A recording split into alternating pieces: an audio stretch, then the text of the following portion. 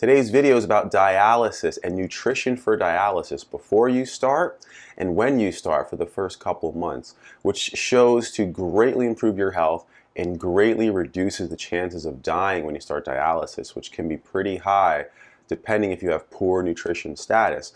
So thanks for watching, everybody. This is my channel, Healthy Kidney Inc. I was on dialysis 19 years ago for 2.5 years, and it was not easy. It was not fun, but now, almost 20 years later, we know so much more about how to have a good quality of life, how to thrive on dialysis. I see people on dialysis now that follow a lot of our information, just doing so well. You never know they're on dialysis, and they're really having a good quality of life as compared to right before dialysis, or some of them were fighting dialysis. I didn't want to go on dialysis. I fought it for longer than I should have, and all I really did in retrospect is make myself a lot worse. So that's what today's video is about. If you're new to our channel, make sure to subscribe. So this information is coming from the Journal of Renal Nutrition, January 25th, 2022. The title of the article is Association of Nutrition Status at Dialysis Start with Long-Term Survival, a 10-year retrospective study. So basically they looked at poor nutrition status and found that at the start of dialysis in the first couple of months in, if you had poor nutrition status starting, you had a pretty high chance of passing away and you just didn't do well. So we're going to talk about the areas they talked about and what you can do to implement a lot of these things into yourself. So first thing that they talked about was one of the most important things is albumin level. So on your blood work, there's going to be an albumin level, okay? And this albumin level is the marker that we use to determine how your protein status is.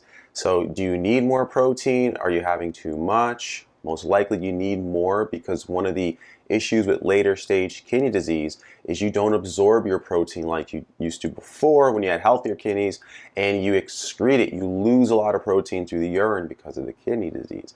So that was one of the top things that was most important. Now, if you look at your blood test, albumin ideally should be 4.0 and above.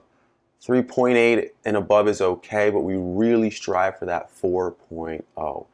Now, this is when the doctor is going to tell you to eat more protein, or you might go to a dietitian, nutritionist tells you to eat more protein.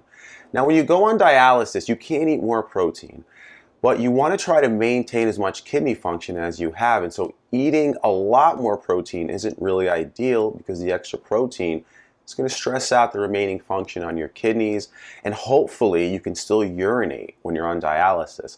I urinated for the first few months, and then I lost the remaining kidney function and I couldn't urinate.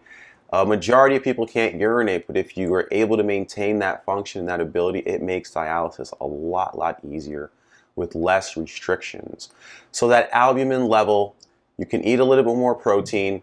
If you're on dialysis, make sure you follow your dialysis diet. But the other option to raise your protein without stressing your kidney is to take essential amino acids, okay? That's broken down protein without all the waste. That really helps support that normal albumin level. It gives you good nutrition. Another product you can take is keto analogs of essential amino acids, which are better but more expensive. We have videos that talk about those, so we'll have links in the comment section right below, so make sure to take a look at that. But you really want to do what you can to get that albumin level increased. Okay, another thing they mentioned on there was creatinine, making sure to have a more stable creatinine while you're on dialysis. And you can do that by following your diet, making sure to take all your medications, all right? Make sure to take the blood pressures, make sure to take everything that you're recommended, because most likely it's going to help you. They mentioned urea, having very high urea levels, so it's your BUN level on your blood work, your BUN. It stands for blood urea nitrogen. You want to keep that level healthy, keep it low. You can support that nutritionally by making sure to get enough fiber in your diet. Making sure to get fiber supplements are also very helpful. You can also support that with probiotics. So a lot of things you can do. So you want to keep those levels low. Another thing they looked at was cholesterol levels. So there are natural things to take for cholesterol. You can take diet. If none of those are working, take the medications. A healthier cholesterol is a healthier you and a healthier kidneys. Another thing they looked at is C-reactive protein. C-reactive protein is an inflammation marker for your kidneys. So if you have an elevated C-reactive protein, you want to take some vitamin C, vitamin E, that gives you healthy support for those C-reactive protein levels.